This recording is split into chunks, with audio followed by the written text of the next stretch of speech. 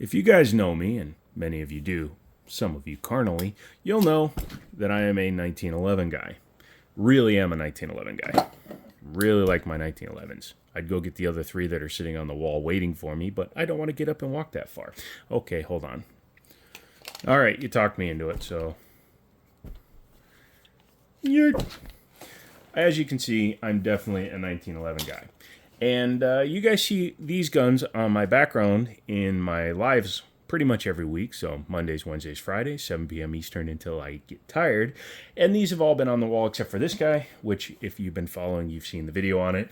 And I like my 1911s. However, I'm also a bit of a Sig P, also really shiny looking grips. Don't worry, they're getting changed out. P320 fan. I have the X5 Legion. I have a standard M17. I have hopes, dreams, aspirations. I also have my 226 stainless Elite. I'm not getting up to get that one. All right, hang on a second. 226 Elite. Beautiful gun. But yeah, I'm also a Sig guy. I appreciate a good Sig. We'll put that one way over there. Can you see it? Good. And I had the opportunity to pick up another one. So this one came from Middletown Firearms in Middletown, Virginia. I can't link them, obviously. Go ahead and Google them and say, hey, saw Joe was talking about this guy, and I want to see if you have anything else fun. And what we have here is the Sig P320 Spectre Comp Blackout. Long name, but it's a pretty cool piece. 9mm double stack. We'll dive into that in a second. But the Spectre Comp originally came out in 2022, and it was a tungsten gray with a black slide, and it had a lot of gold parts on it. However, this one is the late 2023 release, and they call it the Blackout because, surprise, surprise, it's blacked out. So this shares a lot in common with the X5 Legion, which is one of my favorite guns. It has a tungsten-infused polymer frame, and it has the X trigger in it. And this one has a couple of upgrades that even my X5 Legion doesn't. So we'll talk about that in a second. First, let's look at the box. When you buy this gun, you get two 21-round magazines, which is nice. You get a Sig Custom Works, challenge coin, which was nice that the previous owner left that in there, because this was used.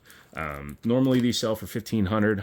Obviously I'm Joe and I don't pay that, but it also came with the lock, a sticker for your whatever you want to put it on, and I put all the paperwork and stuff in the back there. So very complete setup, and I was very happy to get it. We'll put one mag away, and we will go ahead and take a look at the firearm.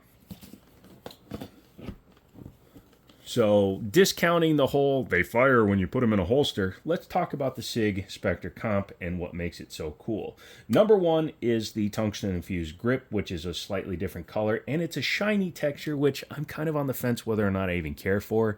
As you can see, it's got some flaws in the body that are more prevalent in this coloring, but it's got the really nice AXG style, Spectre Comp style top on it, and as you can see, being that it's compensated, it has a single port comp that's actually on the end of the barrel. That is more effective than, say, a comp that's built onto the slide like the X Macro comps, and they actually make an AXG, or excuse me, an X5, yeah, the AXG Legion 320 where the comp is built into the slide. Not quite as effective in terms of recoil mitigation as this, but it's also less money to produce and quicker to produce. Excuse me a second. Sorry, I tried aspirating into my own lungs. So as you can see, it is marked Sig Custom Shop or Custom Works. I kind of wish that was black like the rest of the gun. It's called the Blackout for crying out loud. But it has subtle, biddle markings on the side. The comp actually retains the front sight. I have taken it off, one, to see what the thread pitch was, even though I'm an idiot and didn't look at the slide where it's actually marked with the thread pitch. But also I wanted to clean out the comp because it had a little bit of residue buildup from the last person that owned it. But what makes this more special? Well, the fact that it's integrated. The end. No, I'm just kidding. But I have a Harrington Arms comp that's actually made for a P320 that I could technically put on here to see what the difference is, although this one is timed differently. My Harrington Arms screws in from the side, and I would lose the front sight. Has Sig's X-Ray 3 sights. So you have the high-vis front with the dot night sight and then the rear night sights.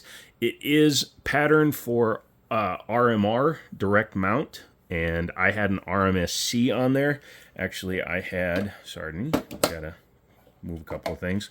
I had actually put this on there. This is the Votato, and I'm checking out this optic, but it's actually an RMSC, and it fits perfectly on this gun, so that's where it's sitting. And it actually worked fine, but it had a little bit of a gap in front and behind, so I'm going to get an actual RMR cut and optic and slap it on there. So we'll have some fun there. Has the standard mag release. You do have to run these special mags with this style floor plate on it, short and squared off. You can run 17 rounders, like my X5 Legion came standard with 17 or 18 rounders that fit flush inside. But as long as you get floor plates that are either extended like this or squared off like that, then you can run it with this magwell. The magwell is capable of being removed, but why would you? Very nice funneling. My TSO Orange, or my TS Orange, which is a $2,000 handgun, does not have this quality of a magwell on it. Has a generous cut in here, so you can easily get your hands on it. The X5 Legion and by association this gun have very high beaver tails in comparison to, say, a standard M17. Sorry, my leg just cramped up. So you can choke up quite a bit. Now, these are notorious for having a higher bore axis. You can see how high the chamber is above my hand.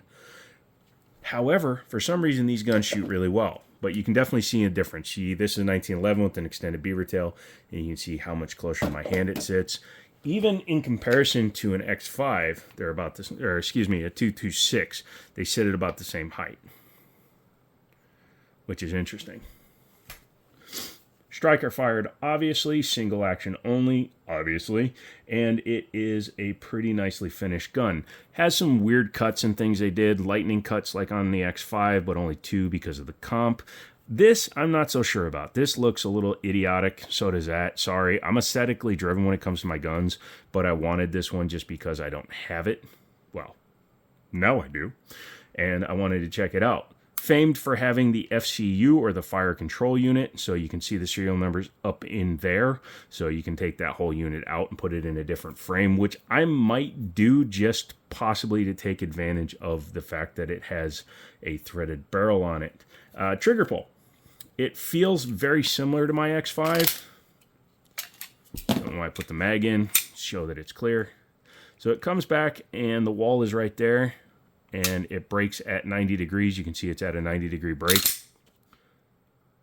However, the reset seems longer than on my X5 Legion. I'll have to compare them side by side directly to see which one is better.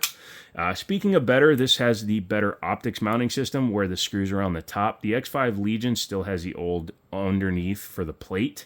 However, once the plate is off, obviously you screw in from the top. So this actually gets a point in its favor because of that. Also, you retain your rear sight with your optic, which again is another boon for this gun over the X5 Legion, although the X5 Legion has a much nicer rear iron sight that's fully adjustable. 4.6-inch barrel, so it's still, much longer than, say, a Glock 19 size. So a Glock 19 has a 4-inch barrel. The Sig 320 X Carry has a 4.5-inch barrel. So this is a 4.6-inch barrel with the comp, which sticks out a little bit. So it has the same overall length as my 5-inch barreled 320 X5 Legion. I keep on trying to rack it from the front. That's always a problem, so it needs to rack from there. Front and rear serrations, they're not that good, to be honest with you. They're good enough because the gun racks really easily. But if it was me, I actually prefer the straight line for grabbing guns like that has. Yeah, overall, pretty nice. And this finish that they chose, again, I question why they did that. The whole gun looks oily, and it's not. I'm telling you, it's not. It's dry. But the finish they decided to use on this for the Blackout is bizarre. Also, the cuts, the laser engraved tungsten, changed colors, which you actually see when you cut into polymers. A lot of time you'll lose some of the surface color, and that's what's happened here. The grip feels very nice. Very grippy. It's not going anywhere. I think I still prefer the X5 Legions, but this is probably a close second. The only downside I have with this style frame, and I run into the same problem with the Legion, is that this shelf here, my thumb naturally goes underneath the slide lock. So on some occasions, if I'm not holding the gun right with my finger over my hand and I let it rest on the gun during cycling, I will slip my finger between there and sometimes lock the gun open. That's a problem with me, not the gun. Has a very large pick rail on there, so you can easily put lights, lasers, bazookas, small children with machetes or whatever you happen to have laying around for home defense. And it can definitely flex in home defense. Yeah, very nice. What do you say we take her apart? Okay, so first thing you do is slip your hands off. Make sure that it is empty. The recoil spring is also much heavier on here than it is on the X5, but that's fine. This is a competition gun. You want it to be as fast as possible. So go ahead and bring the slide back. Take your takedown lever and run it to 90 degrees. You don't want to go too much past that, too much farther past it, and then the gun won't actually disassemble. It's striker fired, but because of the design, you don't have to pull the trigger to get it to come apart. Go ahead and take your guide rod out. Again, it's double captive on this gun. It also uses the carry length. You can see the cup for the spring is there. So if you are going to upgrade, make sure you get the right spring length. I'm not taking the barrel out because I would have to take the screws out, but it actually is using 2 screws down the sides. So they've kind of notched out. You can see how close together the front Allen head screws are. They actually go straight down past the threads of the suppressor, the end of the barrel, and then they lock into themselves here at the bottom. So it's actually timed and indexed, so it can't actually come loose like it can with, say, my Harrington Arms one, because that one uses screws on the side. This one, the way it's set up, is actually timed to the gun, which is good because you want as good a functionality as possible. Go ahead and slide that forward. You can see that the cuts and everything they did to this gun are very nice, clean, simple. There's your firing pin block there, striker there, some cuts there for lightening the slide. Internal extractor, I actually love this style extractor just because you don't have to worry about knocking out roll pins like you do with, say, this gun. If you break your extractor, it's much harder to change these.